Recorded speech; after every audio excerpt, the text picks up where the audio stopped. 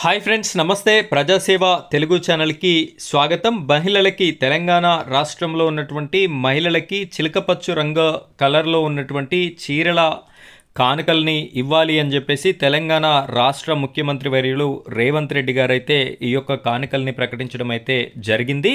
అయితే ఈ యొక్క చీరలు చిలకపచ్చు రంగు కలర్లో ఉన్నటువంటి చీరలని ఎప్పుడు డిస్ట్రిబ్యూషన్ చేస్తారు, ఎవరికి ఇచ్చేటటువంటి అవకాశం ఉంది, ఎవరెవరు అర్హులు అనేటటువంటి పూర్తి వివరాలని మనం ఈ వీడియోలో డిస్కస్ చేసుకుందాం. వీడియో చూస్తున్నటువంటి ప్రతి ఒక్కరు కూడా వీడియోని చివరి వరకు చూడండి. ఇలాంటి లేటెస్ట్ అప్డేట్స్ మీకు రావాలి అనుకుంటే మన ఛానల్ని సబ్స్క్రైబ్ చేసుకోండి. పక్కనే ఉన్నటువంటి బెల్ ఐకాన్ పైన ట్యాప్ చేసి ఆల్ అని సెలెక్ట్ చేసుకోండి. ఇక మనం వీడియో టాపిక్లోకి కనుక వెళ్ళిపోయే ముందు ఇంకా ఈ వీడియోని కనుక లైక్ చేయనట్టయితే లైక్ చేయండి.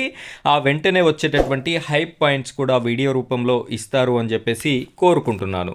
ఇక్కడ రాష్ట్ర ప్రభుత్వం రిలీజ్ చేసినటువంటి ఈ యొక్క డిజైన్ కలర్ని కలిగినటువంటి చీరనైతే మీరు చూడవచ్చు. నాణ్యతతో కూడినటువంటి ఒక చిలకపచ్చ రంగు కలర్లో ఉన్నటువంటి చీరని డిస్ట్రిబ్యూషన్ చేయాలి అని చెప్పేసి రాష్ట్ర ప్రభుత్వం అయితే ఆలోచన చేయడం అయితే జరుగుతుంది. ఇక్కడ మీరు డిజైన్స్ని అయితే చూడొచ్చు. ఈ విధంగా ఉన్నటువంటి మంచి క్వాలిటీతో ఉన్నటువంటి చీరల్ని పంపిణీ చేయాలి అని చెప్పేసి రాష్ట్ర ప్రభుత్వం అయితే ఆలోచన చేయడం జరుగుతుంది. అయితే ముఖ్యమంత్రి గారు ఆదిలాబాద్ జిల్లాలో జరిగినటువంటి భారీ బహిరంగ సభలో ఈ యొక్క కామెంట్స్ అయితే చేయడం జరిగింది. ప్రముఖ దినపత్రికలో వచ్చినటువంటి ఈ ఆర్టికల్ని కనుక మనం చూసుకున్నట్టయితే రేవంత్ రెడ్డి గారి ఫోటో ఇక్కడ ఉండడం జరిగింది. డిసెంబర్లో మహిళలకి చీరలు అని చెప్పేసి సీఎం రేవంత్ రెడ్డి గారు ప్రకటించడం అయితే జరిగింది. రాష్ట్రంలో మహిళలకి సీఎం రేవంత్ శుభవార్త చెప్పారు. వారికి డిసెంబర్లో చిలకపచ్చ రంగు చీరలు పంపిణీ చేస్తామని ప్రకటించడం కూడా జరిగింది.